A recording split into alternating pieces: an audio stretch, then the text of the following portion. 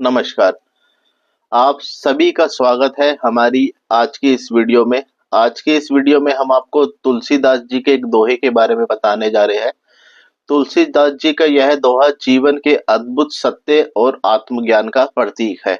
इसमें तुलसीदास जी ने जीवन के दो महत्वपूर्ण पहलुओं, कर्म और परिणाम अर्थात कर्म का फल के बारे में बहुत ही सरल और गहराई से संदेश प्रस्तुत किया है।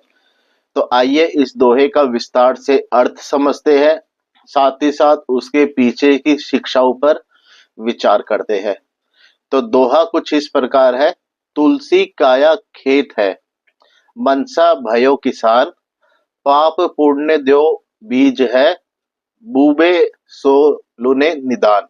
जी हाँ, अब हम इस दोहे का आपको अर्थ बताने जा रहे हैं।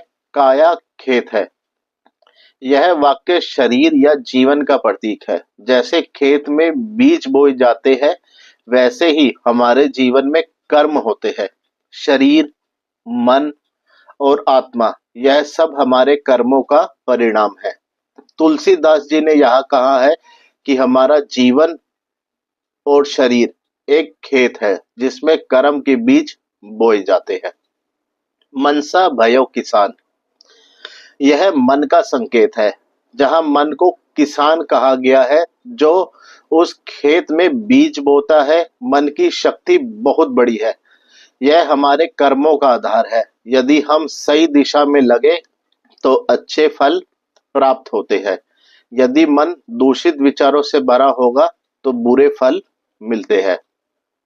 पाप पुण्य दो बीज है, यह भाग्य या परिस्थिति से पहले कर्म का सिद्धांत दर्शाता है।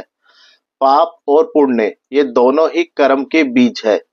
पाप का बीज बोओगे तो बुरा फल मिलेगा, और यदि पुण्य का बीज बोओगे तो अच्छा फल मिलेगा। यह कर्म का स्वाभाविक नियम है। बुवे सो लूने निदान, जो बीज बोएगा वही फल पाएगा। यानी यहाँ तुलसीदास जी कहना चाहते हैं, हमारे कर्म ही हमारे भाग्य और जीवन की दशा तय करते हैं।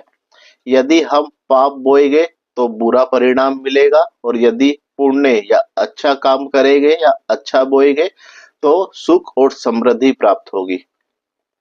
तो अब हम आपको इस दोहे की गहरी शिक्षाओं के बारे में बताना चाहेंगे। यह दोहा जीवन के कर्म और साथ ही साथ उसकी प्रतिक्रिया और हमारे विचारों की शक्ति पर प्रकाश डालता है। यह बताता है कि हमारे जीवन का आधार हमारे कर्म ही है। यदि हम अपने कर्मों को समझदारी से चुने तो जीवन सुखमय और सफल हो जाता है। अब हम आपको इसके पीछे की कई शिक्षाएं और सिद्धांत जो चुभे हुए हैं, उस पर अध्ययन को विस्तार से बताने की कोशिश करते हैं। कर्म का सिद्धांत, तुलसीदास जी का यह दोहा कर्म के फल के सिद्धांत को बहुत सुंदरता से दर्शाता है। हिंदू धर्म और योग दर्शन में यह विश्वास है कि हमारे कर्म ही हमारे जीवन का निर्माण करते हैं। यह सिद्धांत कर्म फल के नाम से प्रसिद्ध है। इसका अर्थ है कि हम जो कर्म करते हैं उसका फल हमें भोगना पड़ता है। अच्छे कर्म हमें सुख, सफलता और शांति देते हैं, जबकि बुरे कर्म दुख, परेशानी और अशांति लाते हैं। यह विचार हमें सिखाता है कि जीवन में किसी भी स्थिति का दोष दूसरों पर नहीं बल्कि अपने कर्मों पर देना चाहिए। यदि हम आज सुखी नहीं हैं तो इसकी जिम्मेदारी हमारे पिछले कर्मों की है। इसलिए वर्तमान में किए गए कर्म ही भविष्य का भाग्य तय करते हैं। मन की भूमिका, मन को किसान कहा गया है। यह बहुत महत्वपूर्ण है क्योंकि मन की शक्ति से ही हम कर्म करते हैं। यदि मन शुद्ध, सकारात्मक और दृढ़ है तो हम अच्छे कर्म कर सकते हैं। यदि मन विकृत, भयभीत या लोभी है तो हमारे कर्म भी बुरे होंगे। इसलिए मन को नियंत्रित करना, उसे साफ और पवित्र बनाए रखना हमारी बहुत बड़ी जिम्मेदारी है, और यह बहुत जरूरी है। मन का, मनुष्य का जीवन उसकी सोच और विचारधारा पर आधारित है। यदि हम अपने मन को जागरूक बनाए तो हम अपने कर्मों का सही चयन करते हैं। मन का मजबूत और सकारात्मक होना ही जीवन में सफलता और सुख का मूल मंत्र है। पाप और पुण्य का महत्व। पाप और पुण्य दोनों ही कर्म के बीज है। यह सिद्धांत बहुत पुराना और वैज्ञानिक है।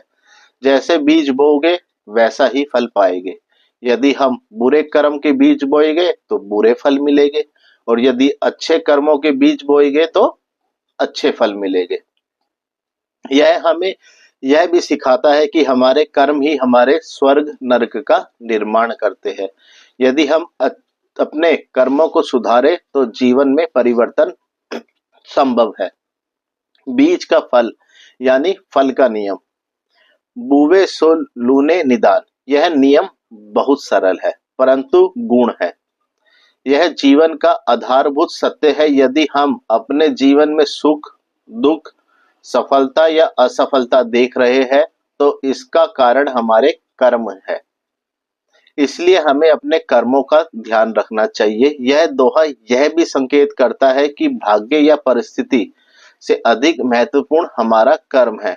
भाग्य का निर्माण हमें अपने कर्मों से ही करते हैं।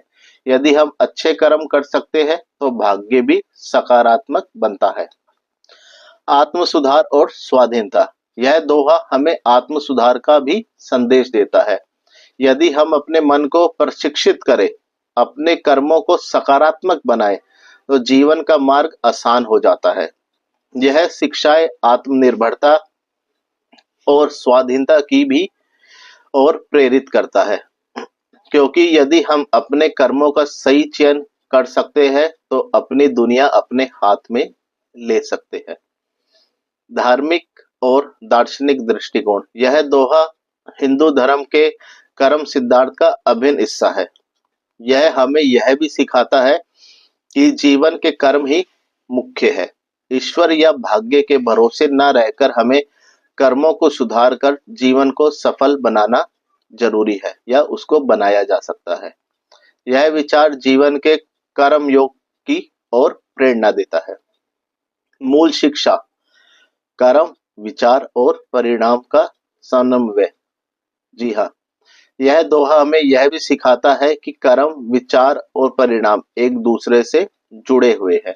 यदि हम अपने विचारों को सुधारें तो हमारे कर्म भी अच्छे होंगे, और यदि हम अपने अच्छे कर्म करेंगे तो परिणाम भी शुभ होंगे। जीवन का यह चक्र हमें सदैव कर्म के प्रति जागरूक रहने का संदेश देता है।